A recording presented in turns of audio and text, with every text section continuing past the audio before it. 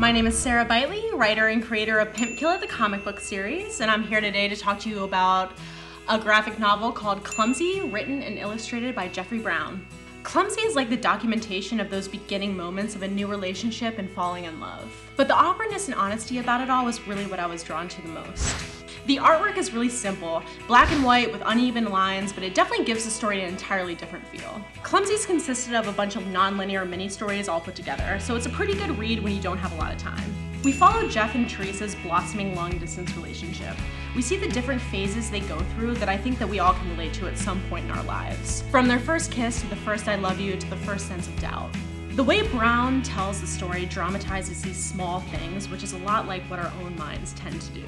I found the story incredibly easy to relate to, which I think is what I enjoyed so much about it, even when the art wasn't particularly mind-blowing, but I appreciated the simplicity and I think it went well with the story and the characters. So the story gets pretty heavy at times and kind of threw me for a loop. I wasn't really expecting that with this comic, but it did help balance out all the cutesy, cheesy stories. For someone like me, I don't think there was quite enough balance though, and all the saccharine sweetness of the moments within the relationship was starting to make me sick. Our characters Jeff and Teresa are pretty adorable, very relatable, and even a little cliche at times, but I think that's what makes them work so well.